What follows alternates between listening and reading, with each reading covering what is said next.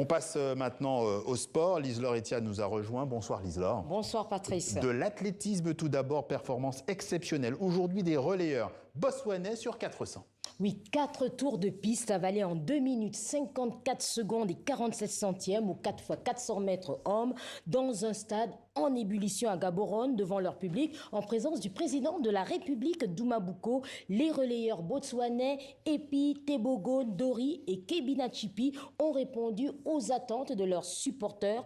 Ils ont battu le record national et leur nouveau chrono est à seulement 18 centièmes du record du monde établi par les États-Unis en 1993. Le Botswana repart donc avec l'or, 2e place pour l'Afrique du Sud et sur la 3e marche, l'Australie.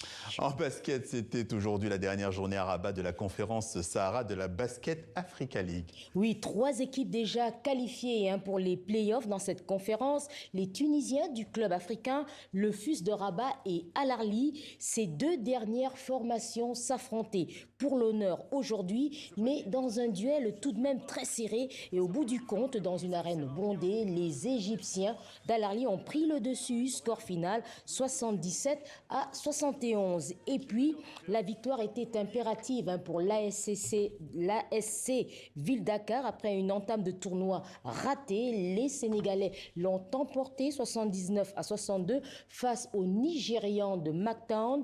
Avec 3 succès consécutifs, ils valident le dernier billet de cette conférence et se qualifient pour les playoffs.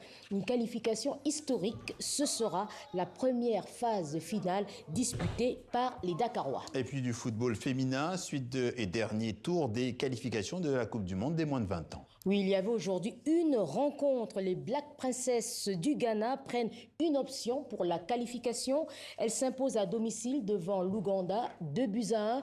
Match retour prévu le 9 mai prochain. Et puis nous le disions hier, le Cameroun s'est imposé face à la Tanzanie, 3-1.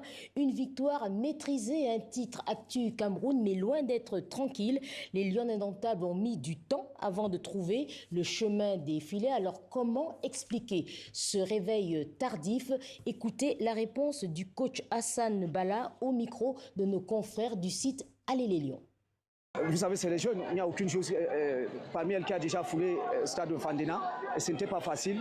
Et puis c'était quand même compliqué en début, comme j'ai dit en amont. En début, c'était compliqué. Au fur et à mesure que le match avançait, ça restait toujours anecdotique parce qu'on savait. Moi, j'avais confiance à mes enfants qu'à tout moment, on va remporter cette rencontre. Certes, vers la fin, on a ressenti la fatigue. Cela dû aussi au niveau de, comme j'ai dit, l'environnement. Elles sont novices par rapport à cela. Mais soyez assurés, on ira chercher la qualification du côté de la Tanzanie.